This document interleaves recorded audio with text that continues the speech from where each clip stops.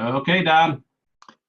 Okay, we're starting a new year, and right now everybody should be thinking about ordering bees. And if you're going to order bees, do a little research. Whether you buy them from me or anybody who's advertising, do a little checking, make sure they deliver when they're supposed to deliver, and you get what you're supposed to be getting. And if you're a new beekeeper and you're starting out, you want to decide what you want to do, honey or cell bees or a combination. That's going to decide what type of equipment you need, either 8-frame, 5-frame, or if you got a real strong back and you want to bust it down, get some 10-frame stuff. There's a lot of people just haven't made that change, but I made it probably a good 30, 35 years ago. And I'd never go back to a 10 if someone gave them to me. The 8s actually build up a lot better. And you need to start making sure you order your stuff ahead of time. There's several places out there you can get good bee stuff. I would suggest you try to build your own boxes. Frames is cheap enough that you can buy those and you get a pretty good deal on that stuff there. And if you're wanting to get into business, for $11,000, I sell a package which gives you 25 nukes, and you bring the boxes, we put them in your boxes for you, or you can take the boxes we build for you. And that includes the $500 of taking classes. So by doing that, you actually are in business and get yourself on our webpage, and we will send you customers. We got students all over. And any of the students that I have that are watching this now or later, if you want to ship nukes or queens or any of that there, be sure to let people know that you're willing to do that. I will show people or students that come here how to ship nukes. I really don't have the time to do it anymore. And if you are in an area where you're going through, you want to haul nukes to someplace else, if you're halfway between here and the Canadian border and you want to haul nukes, people will pay you to haul them, and you can probably do it a lot cheaper than a post office and make money doing that. And we are going to be having queens and nukes. Things are looking pretty good right now in South Georgia, so we should have nukes in April, probably have packages the 10th or 15th of March, and we'll probably have our queens right around the first week in March. So if I can't furnish them, I know Jason's probably got a bunch up there, and Jim's probably got nukes right now ready to go. So we're going to set up the next part of this here for just people that want to ask questions, or if you're getting started and you've got a spot that's bugging you, we'll try to help you out.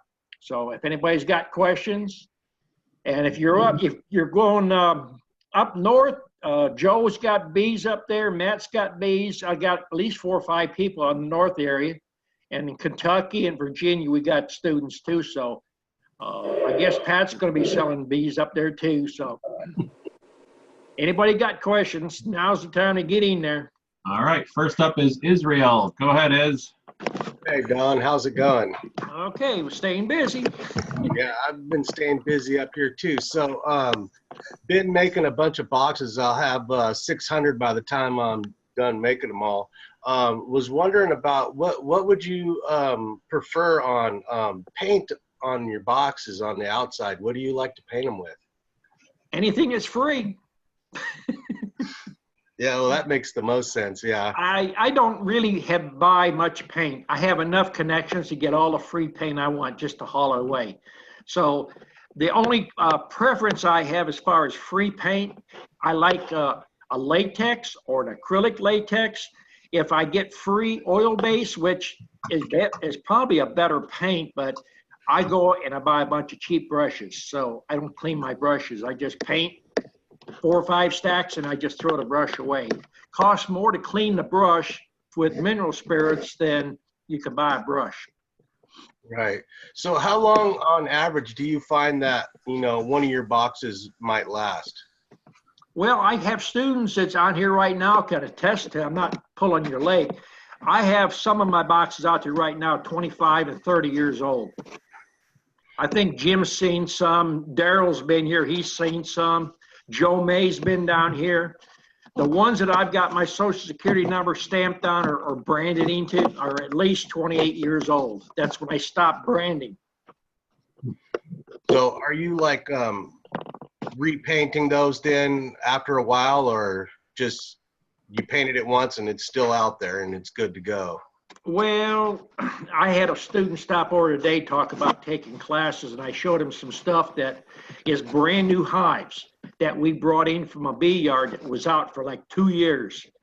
Now's the time, December, January, and February, we clean our out yards and bring stuff that needs repairing or fixed. If March comes here or middle of March, we are setting boxes up. If we build a bunch of new ones, they go out to make money. Paint is an option for me. I mean, if you got time to paint them, that's great. If I have students that's stopping in or want to swap out labor for classes or stuff like that, I'll get students to paint. But I've had boxes out there a lot of times 3 to 5 years without paint on them. I'd love to have everything painted beautiful like Joe May is, all his nice, pretty stuff. Yeah, I was just wondering about, because it is, I'm in the Pacific Northwest, so it's a little bit, it's pretty damp up here, so I don't know how long the wood would last without some kind of coating. And that's what I did with all of the boxes that I built last year. I didn't do any paint, and they all seem to be fine this year and you know, made it through the winter okay, but I'm just not sure, as you know, as far as durability over time because of the dampness that we have around here. You know, but I left it all raw last year, so. Running that many boxes, you might think about dipping. You can dip a box, but I don't want to dip my boxes in either paraffin, beeswax, or a latex because it seals the wood inside and outside. Your boxes will sweat then. But there's several people that's using a Danish stain, and they're dipping their box in that.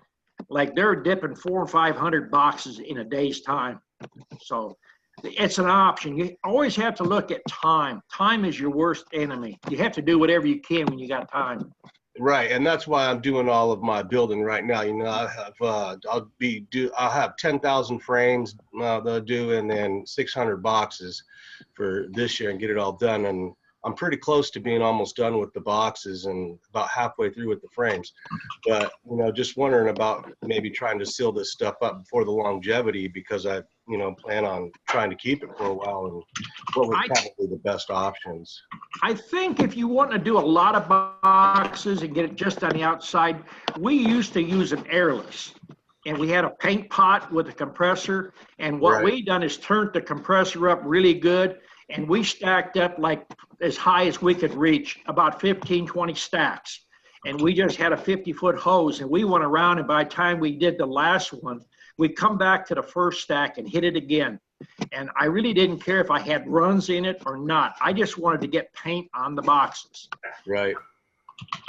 For volume, that works fairly good. But for the operation that I'm doing now, I like a big wide brush, and I like to put it on even if it's running, because paint is, you know, you got to get it on when you got time. And if it's soaked in, that's better. But, you know, you have to look at volume versus being really pretty boxes. Right, yeah, and that's, time is of a concern to me because I work a regular 40-hour-a-week job, and then try to manage all of this, you know, right after work, and then on the weekends it's a full-time thing, and that's why I hardly ever have time to come on the chats. Right? It's constant. If you ain't ready to work, then you ain't gonna make it very long in this business. Well, if you got 600 boxes, you know, you're pretty much getting to the point you can quit your job and just do beekeeping right now. Yeah, but you know, I don't know. You know, I'm thinking, you know, I want to be like in a couple of 1,000. You know, be a few thousand before I make sure that I'm really steady. You know, there's a lot to it. There really is. Well, you're the first one who's admitted there's a lot to it. Everybody thinks getting to the bees and do the beekeeping or the queens, you know, you got a lot of time on your hands, but you have to manage your time a lot more better. But as many hives you got right now, I would think you could do it.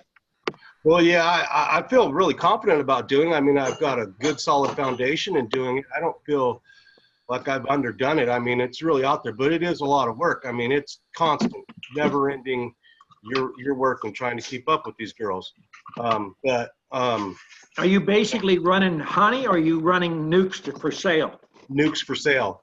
And I have sold some honey, and that was just surplus that, you know, I have sitting around because I just didn't have anybody to do it. So I sold it, you know, and that was pretty easy. And I was selling 8 ounces for $10, and I made pretty good money off that. And didn't have any problems with it. Don't have any problems getting rid of the nukes either. But the problem is that, you know, that I'm foreseeing is just doing the buildup, because you're trying to keep enough on hand that you can have ready to sell, and then be able to do a huge buildup every year, you know. So you're managing those two things. And then also, you know, I'm managing to do a 40-hour-a-week job. So, you know, there's no off time in the winter. And you know, I was out there all day building boxes. You know, it's just the way it is. And of course, I have to make my frames, because you can't afford, you know, to buy 10,000 frames. It would kill a person like me. You know, I don't. Well, I mean, you know, I one time, I guess when I was your age, I built frames myself. I mean, you can knock out several thousand in an evening's time, but, you know, by the time you figure your time, then you figure materials, because if you just buy random wood and you don't buy #1 clear stuff, random wood, you got about a 20% garbage. You know, you can't use too much knots and frames. At my stage, in my point in my beekeeping business, at my age, buying a pallet or two of frames comes out cheaper in the long run.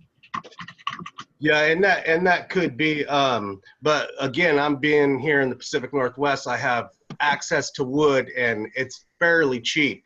I'm getting 3/4 CDX plywood for $8 a sheet, you know, and I don't know, you know, how that compares to around everywhere else, but you know, and that's part of doing this too. You know, you have to make sure you have the proper connections to make the wood so that you can make money. Because if you're out there trying to borrow a bunch of money to buy this stuff, you know, at some astronomical cost, you will not make it in this business. So nope. That's one thing that I preach up here all the time. Scrounge, get as much stuff, and get free stuff if you can. Keep your overhead down, you'll make money. But if you go out and buy everything and pay people to do it for you, then the profit margin is slow. And right now, if you're undercutting everybody else as far as nukes and stuff, if you can get nukes out around March, probably in your area, you should be getting about 175 to 2.5 over there. And right, and no problem.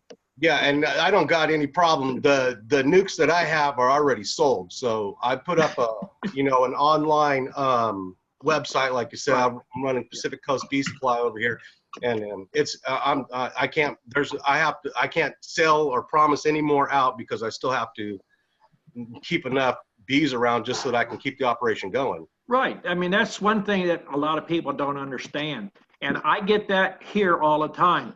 People come, they want to take classes, then the first thing they say is, well, I don't know if I can sell bees. If you got bees, people will buy them. I haven't advertised since 1970. I stayed covered up. Believe me, I stayed covered up.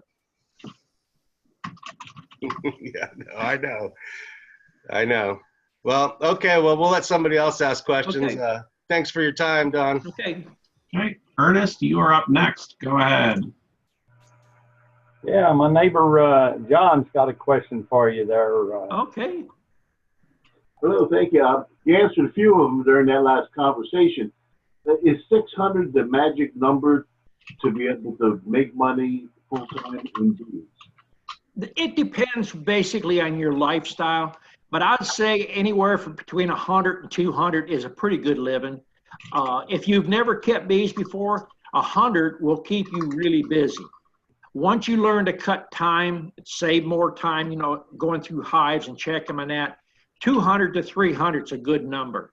Now, Jason is probably the first year getting into commercial, so he'd be one that give you a good answer. And then Joe May, he jumped in to getting like a couple hundred the first year, and he can tell you, you stay busy.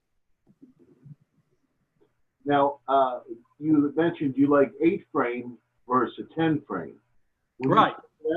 Did you start out in a 10 frame environment? I started out when I was a kid with 10 frame, and I give it up probably 40 years ago. I used to live in Ohio, and I run nothing but 10 frame. And when I moved south, I had to relearn beekeeping all over because 8-frame really outproduces. Now, if you want to make a living at it, forget about honey. That's going to be your byproduct. Do nukes. Just like Israel said, you can sell every nuke you make. And if you buy a package, put it in a box, you're ready to go in 3 weeks. You can triple your money. But you're going to have to buy sugar in bulk. You can't buy it at retail. Is there anybody know a supplier in this area that we can buy cheaper sugar? It seems to be 50 cents a pound where we're at. We found it a little bit less than that, but not much. Where do you find a lot of your sugar? I know you have a supplier, but is there anything up north that we can find? There's an Indiana sugar supply or a place up there. You can buy wholesale. Check your wholesale brokers for sugar commodities. And you can check places around that do bottling of beverages.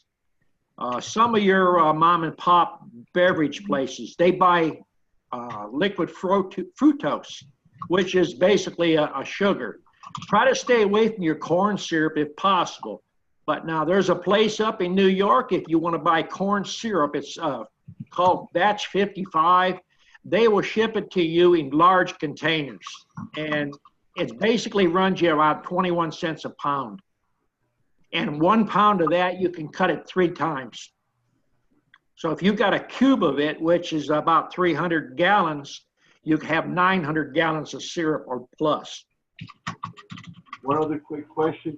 If you mentioned if somebody's raising bees or honey, if you're trying to produce some honey as a byproduct, are you better off in a 10-frame or an 8-frame, or does it matter? I believe you do a lot better in an 8-frame. Okay. And actually a 5-frame, if you compare 8 frames to 5 frames, a 5-frame will actually produce it more because they build straight up. Okay. Where on 10-frame stuff, if you talk to anybody that's got 10-frame stuff, it takes a while to get them to work those outside frames.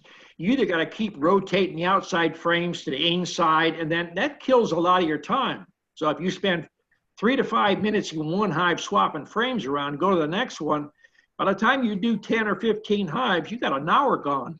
Okay. All right, well, thank you. Okay. Okay.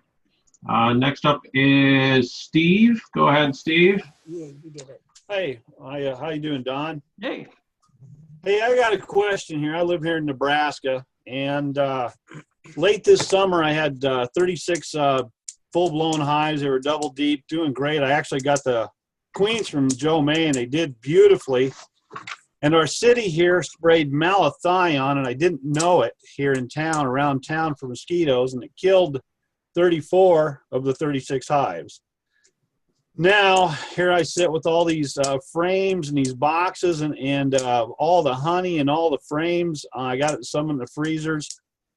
What should I do with this? Should I just clean it all out? Or I don't know.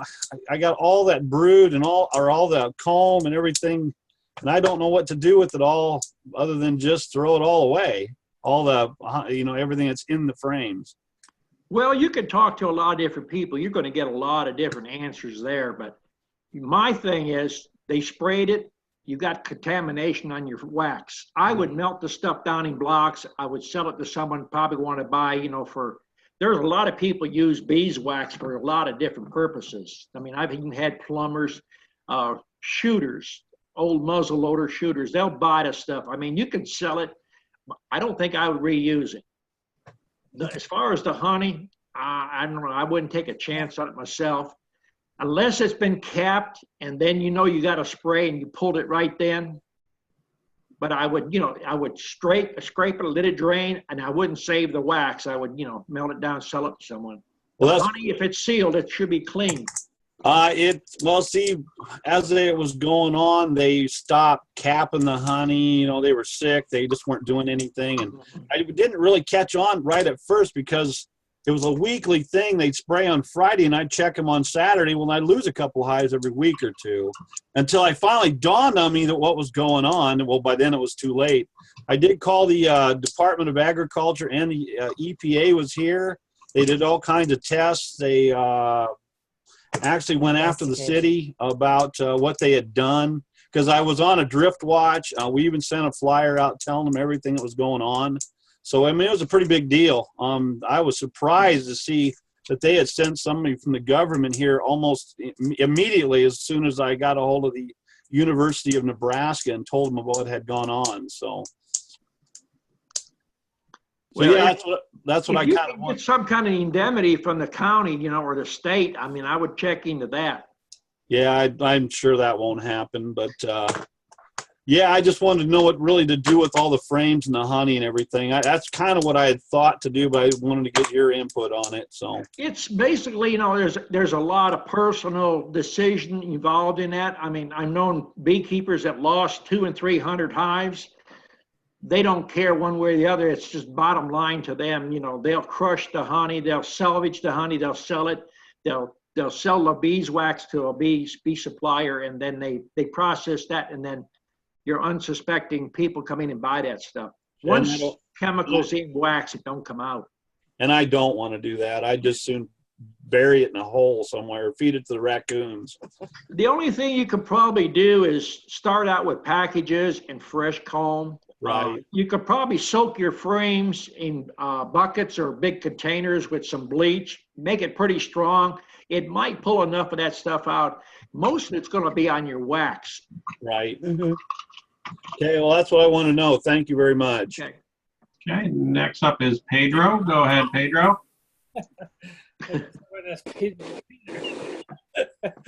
Hey, Don, happy birthday. Oh, thank you. Sorry, but I'm trying to stay warm. You got to buy some heat. Put your heat on. Oil's too expensive. Anyway, hey, I wanted to ask you a question. I've noticed some people on YouTube and even a couple of friends are using fondant that you buy. You can buy like at a restaurant supply place. You know, the fondant that comes in a block in a box. Right. I've never used that stuff, but I noticed it has corn syrup and stuff. What's your take on that? Do you think that's healthy for the bees? Well, if you don't have nothing on the bees and they're starving, something is better than nothing. I personally only used fondant, I think, when I was in Ohio, maybe 2-3 times. I try to leave enough honey on. Yeah. That's the most natural thing. And if worst comes to worst, I'll drop dry sugar in the back of the hive, a cup or two. Or if you don't want to drop it like that, you can put a newspaper there or a paper towel and just put 2 to 3 cups, you know, once or twice a week on top of that paper towel. The moisture coming up through it, you know, gets it dampened up, they work it. Yeah, I usually make the fondant, I know, the sugar with water, you know, at home I make that and drive the wife crazy with the stickiness all over the place. But then I saw that and I said, well, that will be a lot quicker, but then the corn syrup kind of got me a little bit worried, you know. The only thing about buying pre-made fondant, it's like buying pre-made pollen substitute. You really don't know what's in it. Even if they say it's made with pure pollen, was it eradicated? You know, there's a lot of things that is unsaid. Yeah. Okay. Okay. Next. Thank you. Next up is Anthony. Go ahead, Anthony. Hello, everyone. Dawn, shop minds think alike. I thought I was the only one that threw paintbrushes away. I will wash a latex, but I just not messing like you. I'm just not messing with oil. It's so damn cheap. I can't be bothered with it. Yeah. Israel, I don't know. Do you plan on priming your boxes? Nope. Well, I think my experience is you're wasting your time because they make primer for a reason. And I know about paint because I worked in industrial stuff and for Chevron and Shell, and they're very fussy about how we paint their equipment and what we put on it. And I just figured they're bee boxes. I don't care. I just slap the paint on there. And less than a year later, it's coming off. It's turning black. It looks like crap. So someone else here may have some thoughts on that. But my lesson learned is take the time and prime the box, and then when you paint it, it's going to last longer and be better, I think. Well, what kind of primer would you use for doing wood there, Anthony? They have primer. Yeah, but I mean, what would you suggest? It's a latex primer. I mean, it's a latex primer, and then you put the latex paint on it. Because it seals the wood, and then it makes the paint adhere better. We do a pull-off test, we put paint on, we have to put a sticky thing on there. It's a NACE, National Association of Coating Engineers requirement, and peel it off. And if you don't put primer on there and you put a sticky tab on there, it'll peel right off like a sheet of rubber. But just a recommendation, I always say, do what works for you. That's my thing. So I just wanted to mention it to you, so you can think about it. My lesson learned is I wasted my time. Right. All right. I appreciate you telling me that. Thank you. All right, man. Jim in Texas says Glidden Gripper is a great primer for wood. Yeah. Especially if you're doing 600 boxes, I think you're going to be a lot better off in the long run, because you're going to be so busy trying to do everything else you got to do. You don't have time to be painting boxes in a couple of years. No, and that's why I do all the woodenware, during the winter. Yeah. I ain't doing nothing with the bees right now. They're just sitting there. Yeah, I know. I know. Over winter, and so yeah, I'm just been getting it, like okay, just cutting that wood out. Yeah. Check the beehives once in a while. Well, yeah, we walk out there and look at them, but we're not doing anything. Yeah. So I did get half of my boxes cut down from 10s to 8s, and I really like it already. And now that I've transferred them into there, now I can take the other boxes and get them cut in half, and then I'll be back to all 8 frame, and I really like that. That's a very good recommendation, and I wish I'd have paid attention to it when I was learning before I actually jumped in here. That's why we do these chats. I know. And that's why we learn, and that's why we come back every week. And, I contacted 2 sugar wholesalers. I sent them an email and asked them, because if you look up sugar wholesalers, there's a bunch will pop up, and I forget the name, but you can just say, I want a ton of sugar every month, and they deliver it to your house, whatever you want. So I asked them, how much was it if I bought a ton, and what is the break point? Is it 5 ton, 10 ton? What do you have to buy to get the next best price? And I sent them both emails twice, and I don't know why they never answered, but I didn't get an answer. But I think if you have a lot of hives, that was definitely the way to go, is to contact the wholesaler and set something up. And I've mentioned this other times in chats, and no one ever really commented on it. I would think it would be something that just about every bee club would do, would be to make a big order for everybody, so everybody gets a good price. Come by wherever your club meets and pick up your sugar. But does that happen much? The clubs I go to, they do that. The problem that you have when you're buying sugar, to you, a ton is a lot of sugar. Yeah. If you send these emails out, they laughing at you, because a ton is like you going out and buying 2 packets, an ounce in each packet. That's what they're looking at. And we buy 5 or 10 tons, and it took us a long time to get on a list to get it. And you've got to go right to the manufacturer. Now, the best thing to do is, if there's enough beekeepers in your area, get together and pool. And you can get like a co-op, and you can get your sugar down to 15 to 25 cents a pound. And that's clean sugar. Your dirty sugar, or your number 2 sugar, is usually cheaper. That's floor sweepings. Yeah, and I put that in the second email. I said, I'm asking in behalf of beekeepers, and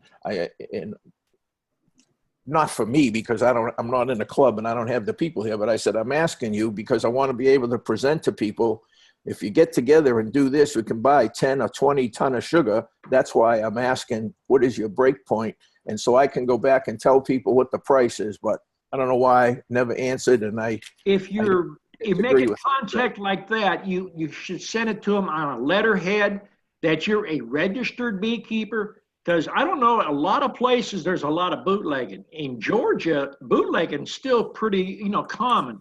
So bootleggers buy sugar. They used to follow you right from the place where you bought sugar and pay you double for your thing because they don't have to go through the sugar company. But I'm registered with the state. So that's the first thing I do is I tell them I'm registered with the state, and I'm buying sugar for bees for non-human consumption. Sometimes that helps. But there's a place in Alabama, if you want to pay for a load, it's called White Mountain Sugar. Now, their minimum order is a tractor trailer load, 40 ton, or 40,000 pounds, 20 tons. That's their minimum order. Yeah. Now, unless you have a way to unload it, you're going to pay loading and what they call downtime on that tractor trailer. We have a loader. We can unload a tractor trailer pretty quick, but storage is the next problem. White Mountain Sugar sells it, and the largest is in 100-pound bags. And where we getting it now, we're getting 1-ton totes. So if you got an open tote, which is a big, large bag, you have to put it in barrels or have a shed to put it under, or it's going to ruin on you. Yeah. All right. Okay. Hello, Pat. I'm going to let Pat go. Okay. Let someone else ask a question. All right, Pat is up next. Go ahead, Pat. Well, I didn't have a question. I had a couple of comments, as always. First of all, on the fondant, the guy that asked the question about the fondant, don't buy the stuff that cake places and things use because they use some stiffeners and different things to make that fondant hold up on a cake. That is not good for the bees, and you may give them diarrhea trying to save a little bit of money. So don't do that. You can make your own fondant. There's recipes. Don's got recipes. It's pretty simple to do. And the other thing, the guy that was painting hives, he said he had 600 hives to paint. I saw that he had a little boy there with him. I have grandchildren, and they're always wanting to earn money. So a lot of people will just go and get whatever Lowe's has for $3. They don't care. But get a gallon of white water-based latex paint, and at Walmart you can get the little 2-ounce bottles of color paint. They call them tulip paint. That's over where the fabric and the craft supplies go. You can get all different kinds of colors, and you can take that white, put it in cups, and let your kids color it and paint boxes and pay them, $5 to paint 15, 20 hives. Let them draw pictures on it or whatever. It doesn't matter because you're going to repaint them again in a couple of years, and it's way more interesting than a bunch of gray boxes out in the backyard. So, be creative. Put your kids to work. Let them earn some money. You get a larger bucket and you tell them you put your hand in it, you put your handprints. I got some of them in my bee yard. Yeah.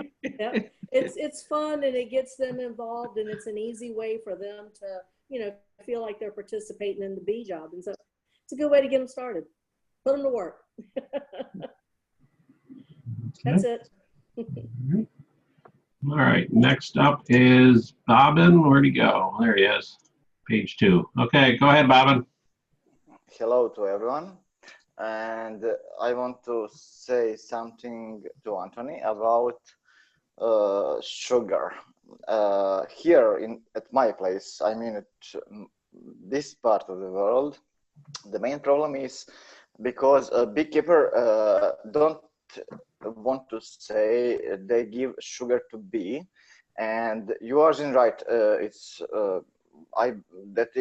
When I was in bee club, I says that to beekeeper, it is much cheaper to buy sugar together. We got to lower price to sugar than to buy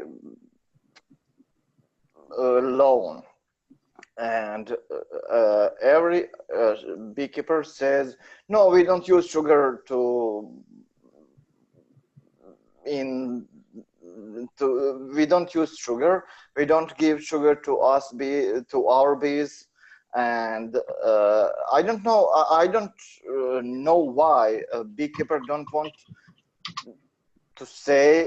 Is that the shame? The shame or what? To say yes, I give sugar to my bees, and I want to buy sugar to much lower price than ordinary. And I believe that is the main problem in USA also. The most of beekeepers don't want to say to give sugar to them. I don't know. Don, can you explain I think they don't want to give the sugar because maybe they're selling honey and they're worried about people think, well, it's basically sugar. It's not honey. But, you know, you can put sugar on bees, and if there's a honey flow, they're not going to touch that sugar. And if you're selling a lot of nukes in that, you know, once the hive gets to a certain strength, you've got supers on there, they're going to put honey in there. You're not going to feed them if there's a real heavy honey flow, unless you're doing queens. Now, queen, you're running single-story boxes, so you're basically feeding them all the time. But you got to draw that line. It's just like there's people that are total vegetarian. I guarantee you put them out in the desert for a week, and they'll eat anything that walks and crawls. It's the same thing with bees. You want to not feed your bees? Buy bees then. If you don't want to treat your bees, buy bees. So there's, you know, there's the bottom line. If you're doing it for 1 or 2 hives, or if you're doing it as a living, you can't afford to lose your investment. So you have to take care of your investment. Okay, someone else. Okay. Back to Pat. Go ahead, Pat. Yeah, over where he lives, there's a lot of doubt that it's real honey. Just generally in the population, they like it crystallized because only real honey will crystallize. And so there's some disbelief there. And that's where educating your customers is going to pay off for you. You need to develop a sales pitch, if you would like to say it that way, that I don't feed sugar except if there's no nectar flow. You know, explain to them what you do, when you feed, why you feed, and just developing that relationship and that little bit of a speech, so that if somebody says, well, why are you feeding your bees sugar? Well, they don't get sugar when there's nectar flow, but when the flowers quit producing nectar, because a lot of people don't understand that a honeybee can only get nectar from a certain shaped flower, a certain depth, and that kind of thing. They don't get a tremendous amount of nectar all year long. And so when nectar flow ends, they go into dearth. And so if you develop your sales pitch so that you can explain to your customers when you feed and why you feed, you'll overcome that problem with where you are. Because I know where we are, they did a pollinator protection plan statewide, and we attended a lot of local meetings trying to develop plans. And one of the farmers was just curious that we wouldn't just lock our bees up and put sugar water jars on them and feed them and make honey. He didn't know that bees had to get nectar to make honey. And so once we educated him, it completely changed his view of what was going on with the pollinator protection plan too. So it's developing that, you know, relationship with your customers and a little bit of a sales pitch to explain to them what you're doing and why you do it and when you do it. And you'll find that they'll start selling it for you because they'll remember what you said, and they'll start telling other people, well, this is why he does it, and this is when he does it, and that kind of thing. So it's, you know, developing that relationship. That's all. Okay. Over to Dan Pratt. Go ahead, Dan. Hello. Good evening, everyone. First thing I'd like to say is there is a new series on Netflix called Rotten, and the first episode, well, it's all about our food supply in general, but the first episode is on honey and bees and how the cheating or adulteration of honey supply worldwide, largely by a certain country in Asia, is affecting the American beekeeper. It's a very interesting episode, and I just watched it this morning. I'd encourage everybody to watch it. Don, I have a question. I'm using the winter to build some woodenware, and how do you feel about treated lumber for hive stands? It's somewhat controversial, I guess, but I guess it would depend basically on the beekeeper. I cut my own wood, so I don't really use treated wood, and it depends on how it's treated. There's a salt treatment that they use. I have treated some wood here myself with old diesel fuel and old motor oil.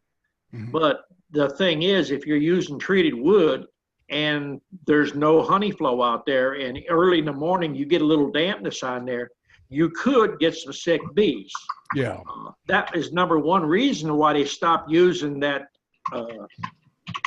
green wood, they call it. I forget what they use. But kids would put their mouth on it, their hands on decks, and get sick. So, you know, I don't think you need to treat your wood, especially don't build boxes out of it. Certainly. Yeah. Okay, it sounds like I just want to avoid that. So, appreciate that. I'll pass it along to someone. If you're building a lot of your stuff yourself, I'm sure everybody has got an area in their neighborhood where they're building a house or two. You'd be surprised the good stuff that they throw into a dumpster. I mean, you could build a minimum of 25 to 50 boxes off of just scrap on one house. And that's just really being conservative. I picked enough of Vantech off of one job to do over 100 lids. Just one job, one time shopping there. And they throw it in a dumpster. They're glad to give it to you because they have to pay to haul it to the dump. I haven't worked that angle, but I appreciate it. I'm going to do that. The same thing with paint. You know, why buy paint when you go to any paint store? And if you tell them you're a beekeeper and you'll gladly haul their paint off, I mean, they'll basically give it to you.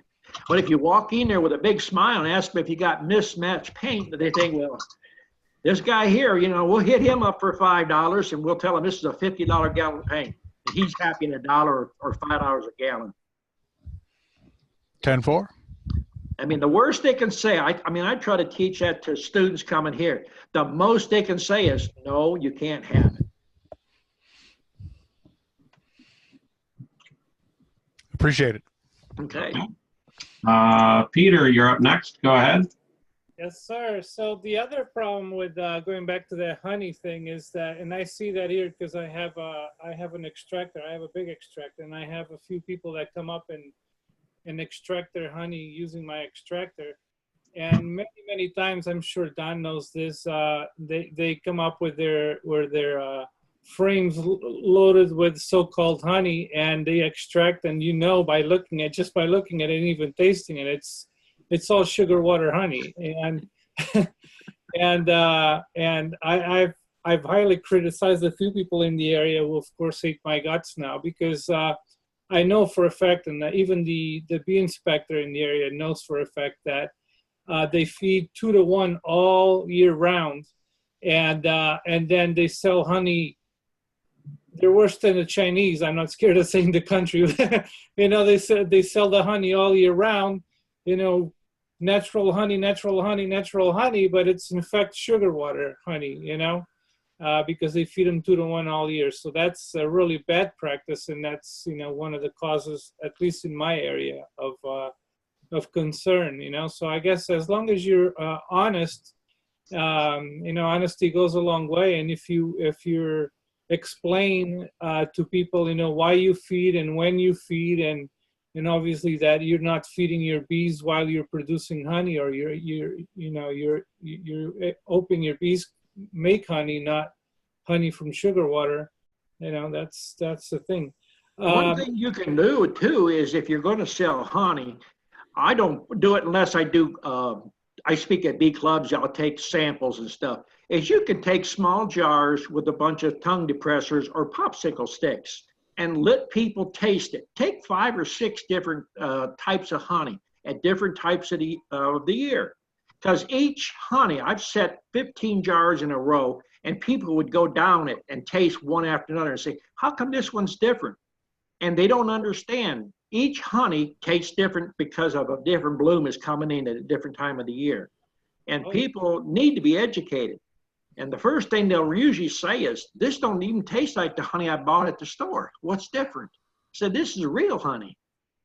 Another problem, not problem, but another thing I run into sometimes is I get calls from people who want honey. Of course, I live in Connecticut, so a lot of my honey right now, if I don't keep it somewhere hot, my honey crystallizes really fast. And so when they see that, they think this is not real honey, because the honey they get at Stop and Shop is always liquidy, you know. so you know, so that's always a problem. So, you know. How do you bring it back? Do you heat it up, or do you just let it set out in the sun? You want the truth? I put it in bags, and I put it right now. I have it over there in the room that has my furnace. I have an oil furnace, but of course everything is closed and kept, right? There's no contamination, and it's warm enough in there that it keeps it, you know, liquidy. I had a jar I set on my heat register on the floor, and I let it sit there for like 3 days, and it slowly comes back. But I have some buckets from a couple of years ago that are basically solid. Yeah. And what I do with those in the springtime, I set up a bunch of packages, I open up the buckets, and I just take a spray bottle out there and I spray them and just keep them damp and let the bees work them. They'll work them down to granules here and there, and then you spray them again. And that's how I recycle my stuff. Yeah. The other thing is for the fellow musician over there, about the hive stands, you know, one thing that I like to do, I use treated wood on some of my stands, and I've never had a problem. But now I'm also using the cinder blocks. You know, I put 2 cinder blocks on each side, and then I run the pine poles that they use for the landscaping. What do you call those, Don? The landscape timber? Yeah, it's pure pine, and it's not treated if you're worried about that. And it's very cheap too. So just an idea. Well, I'll tell you one thing that I done about 8 or 10 years ago. If you get a hold of some carpenters or no carpenters, a lot of times they tear down large decks. And most of the original ribbing is treated wood, and it's already dried out, and they replace the whole deck. I've got some 16 and 18 foot 2x12s that they gave me just to haul them off. When you get free wood, get it all the time. Speaking of free wood, I came across somebody also. This is another good thing. Who did a big company who did one of those fake wood. It almost looks like a plastic. What do you call that stuff? The deck, the new deck material. Hardy planks? Yeah, it's not wood. It's like a plastic or a fiber. Yeah, it's recycled plastic. Yeah, and they gave me a few of those big ones, and I'm using that. And you know, that's going to last forever in a couple of cinder blocks. So if you come across that, they toss it. A lot of times they just toss stuff. They cut it up and then in it goes. Always be on the lookout for free stuff. Oh, yeah. All right. Okay, back over to Anthony. Go ahead, Anthony. Yeah, I'm just seconding a little bit of what Pat said. And if you explain to people what you're doing, I find they're like fascinated with it, because the majority of people is not a beekeeper.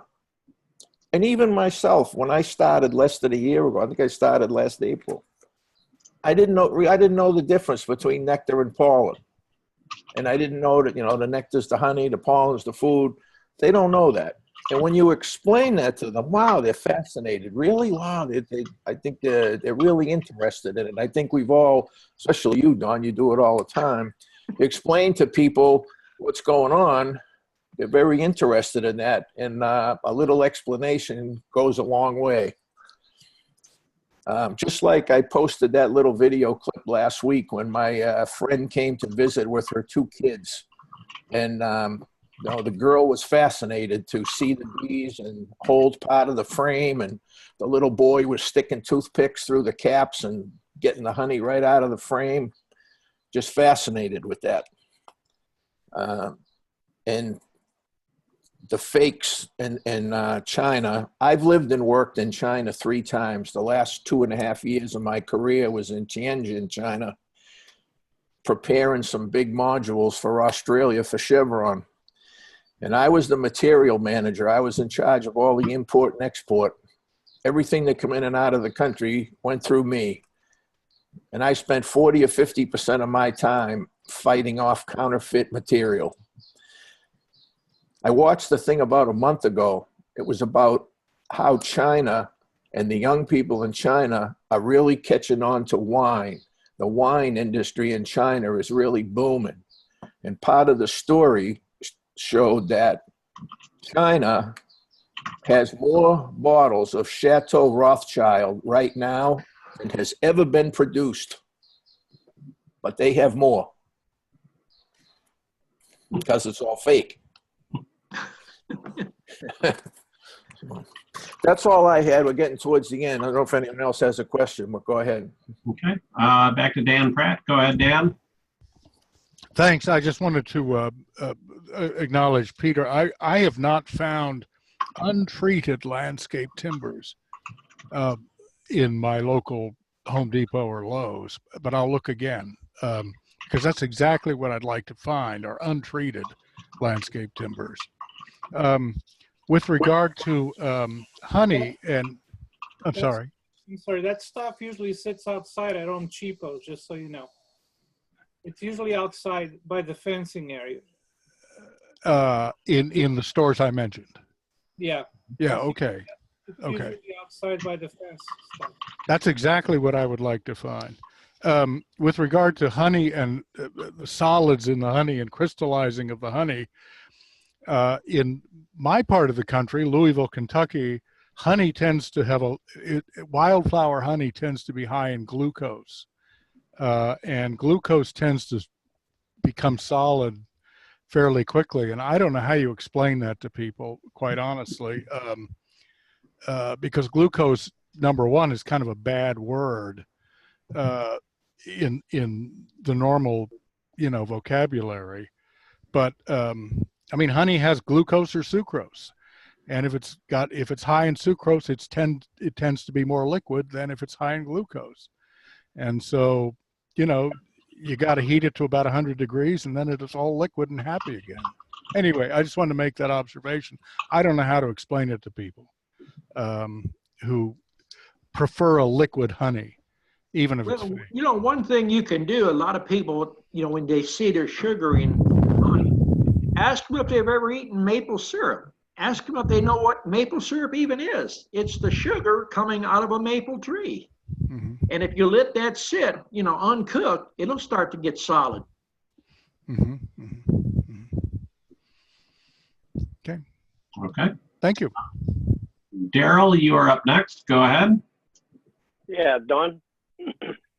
How early in February can I be there to learn about some queen raising? Probably March would be the earliest. We won't have enough drones to start, our major operation. We'll bring stuff out of South Georgia. That's because we have to get our drones that way. So we won't start producing drones up here unless the weather's really warm until about the 1st of April, or end of March. So that's why we run locations north and south too. Yeah. Okay. So if I get there first part of March, I should be able to learn what I want to learn. I hope. Okay. It's just like right now, I'm going to take orders for packages in early March, and that's always weather permitting. I mean, we can't look that far ahead. And if the weather's doing good, we can shake bees early. If not, we're not going to be able to. Everything depends on weather. Okay, thank you. Okay. All right. Joe May has something to add. Go ahead, Joe. Hey, Don, last about 3 weeks now, it's been 10, 11 below zero here, and I was out looking at hives today. And I had a couple hives that had just a drip of honey on the board. Is that where the honey's froze down close to the entrance and cracked it and let it run out? A drip inside the box or on the outside? No, it dripped in the inside and run out on the landing board. They didn't have hive beetles. That's not a problem. Was there enough honey that was uncapped in there? Enough honey was uncapped. You mean, was a lot of it uncapped in there, or was the majority of it capped and dripping? I don't really remember on them particular hives. They were strong hives. They could have had a lot of uncapped in there too. I don't know. It sounds like you had some uncapped honey in there, and they got a bunch of bees in there with the moisture. They're building up some heat in there, and the moisture is condensating on it. Okay, I just wondered if it was something to really be concerned about. Like I say, It don't sound, serious. Okay, thank you. All right. Patricia, go ahead. It's me again. The guy was talking about the crystallized honey, the guy before Joe. We had a guy here that rents our land, and he did experimental crop with canola a couple of years back. And it's beautiful when it blooms, and the bees bring it in. They can't get it in fast enough. They love it. And as soon as they get it in the hive and it starts to crystallize, it crystallizes so quick you just wouldn't believe. And we bottled it all up because I didn't know any better. I bottled it all up, and it crystallized in the bottles, and the bottles were harder than a brick. They were just as hard and solid as they could be. I didn't know what to do with the stuff because we had a lot of it. Well, my daughter marketed it as a facial scrub. So you got to know your marketing ability too. And people bought it, and it's excellent. It's antimicrobial and antibacterial. So acne, things like that, that crystallized honey is excellent, just right on your skin.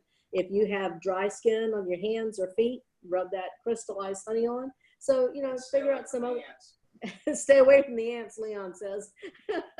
But, figure out a different way to market it if they don't really, are attracted to the crystallized honey. Sunflower does that crystallizing too. Yeah, a lot of people in America want to see it like they see it in the grocery store. They want to see that liquid. And so educating them that that's corn syrup and not honey, that's your education stuff too. But just figure out a different way to market it if it crystallizes. Well, if you got large amounts of honey, like a lot of times we just run ours out into either 2-gallon or 5-gallon buckets. And if we get some, it gets too hard out there. A lot of times your secondary market will pay almost as much as your primary market. And your secondary market is your mead maker or the people that are making crystal or creamed honey. Yep. They buy it and they'll pay the same price as good honey. Yeah. Yeah. So it's your marketing. Figure out a different way to market it. Mm-hmm. Absolutely. Yeah. Well, that's how I market kudzu honey. If you tell people kudzu, they turn their nose up at it. But if you tell them it's Smurfberry because it's blue, and then, well, what's it taste like? It tastes like grapes. It's in the grape family. My grandkids would love it. You should try some almond honey. Is it good? What, sunflower or kudzu? Almond. Almond honey. Have you ever tried it, Don? I have never tried it. I have tasted cotton honey, cotton honey is really nice. It's good. It's light honey. Almond honey is only for bees. The only almond honey would be coming out of California, and they're probably going to be short this year because they had a bad disaster in California with all the almonds over there. And the fires, yeah. Yeah. Okay. All right. If nobody else has any other questions, then I think that we'll call it for tonight. We're right on just about 9 now. Here, I thought everybody'd have questions like crazy tonight. Hey, Don, I do have a question for you. We'll fill another minute or two. With the extreme colds that's snapping through the entire East Coast and everything, a lot of people are worried about their bees dying off. And is there like a ratio of like when the temperature drops below a certain point that the bees start dying off faster? I don't think they're going to die off as fast. They basically go into a hibernation. But I've seen people posting on my Facebook group about opening a hive and somebody's saying 30 degrees. I would not open a hive unless it's 50 degrees or above. And basically all you have to do is put your ear against the hive and tap on it just a little bit. The only other thing you need to do is either get a chicken feather or a turkey feather and keep the entrance open. That's what we always done in Ohio. Reaching there, because you're going to get dead bees. The colder it is, you're going to get more dead bees. And you want to get that entrance where they can haul the bees out. And it'll clog up usually within about a week if you got some really cold weather like that. And if your hive looks like it's dead, don't dump it. I made that mistake many years ago when I was a teenager. Leave it alone. Go out there on a warm day when it's up like 50 degrees, 55, open it up. Don't go through the frame. Just look at them. The bees look like they're slowly starting to move again. They go in that suspended state. Mm-hmm. Okay. Oh, we got 2 more questions that came in, so we'll get those. Peter, go ahead. Hang on. Go ahead. It's not unmuting you. Okay, there. There. So yeah, with cleaning the bees, I just did that yesterday. I actually made a little tool that has a little curve. It almost looks like a cane.